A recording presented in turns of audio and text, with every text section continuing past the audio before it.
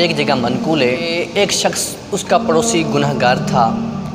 جب اس کا انتقال ہو گیا، اس شخص نے اس کو خواب میں دیکھا کہ وہ جنت میں گھوم رہا ہے، جنت کو مل رہی ہیں۔ پھر اس نے پوچھا کہ یہ کرم تجھ پر کس وجہ سے، یہ معاملہ تیرے ساتھ کیسے ہوا، یہ بخشش کا ذریعہ تیرے ساتھ کیسے بنا؟ یا کہ میں ایک مرتبہ جا رہا تھا تو دیکھا ایک اجتماع آ رہا ہے، وہ ایک اجتماع ایک جگہ بیٹھ گیا، میں ان کے ساتھ بیٹھ گیا تو محدث علیہ الرحمہ وہ یہ فرما رہے تھے، پاک علیہ السلام نے یہ ارشاد فرمایا کہ میری امت میں سے کوئی بندہ ایک مرتبہ بلند آواز سے مجھ پر درود پاک پڑھے، اللہ تعالیٰ اس کے تمام گناہ بخش دیتا ہے۔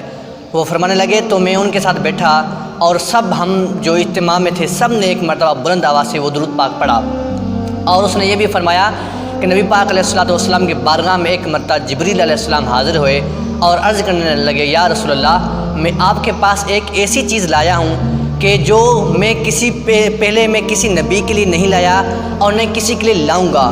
وہ چیز یہ ہے کہ آپ کی امت میں سے جو بھی بندہ آپ پر 3 مرتبہ بلند آواز سے درود پاک پڑھے، اگر وہ کھڑا ہے بیٹھنے سے پہلے، اگر وہ بیٹھا ہے کھڑے ہونے سے پہلے، اللہ تعالیٰ اس کے تمام گناہ معاف فرما دے گا۔ ایک خاتون قبرستان میں جا کر رو رہی تھی، اس نے اپنے بیٹے کو خواب میں دیکھا، اس کا بیٹا عذاب میں مبتلا تھا، وہ قبرستان جا کر بیٹے کی قبر کے اوپر رو رہی تھی۔ جب اس نے خواب میں دیکھا تو اس کے بیٹے کے اوپر رحمت کی بارش نازل ہو رہی تھی، وہ حیران ہو گئی، حیران ہو کر اس نے پوچھا، غیب سے آواز آئی، کوئی مومن بندہ اس قبرستان سے گزر رہا تھا۔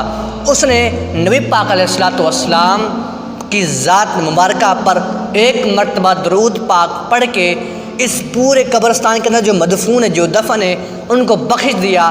اللہ تعالیٰ نے اس درود پاک کی برکت سے تمام قبرستان والوں کی بخشش فرما دی۔ دیکھیے درود پاک کی یہ ادنا مثال میں آپ کو دے رہا ہوں، درود پاک کی بہت سی کتابیں ہیں۔ درود پاک آپ بخاری شریف، سنن نسائی، مشکوٰۃ شریف، جو بھی آپ حدیث کی کتاب اٹھا لیں، درود پاک کے فضائل بہت ہیں۔ یہ آپ کو ادنا سے میں نے مثال دی ہے کہ درود پاک پڑھنے سے یہ ہوتا ہے۔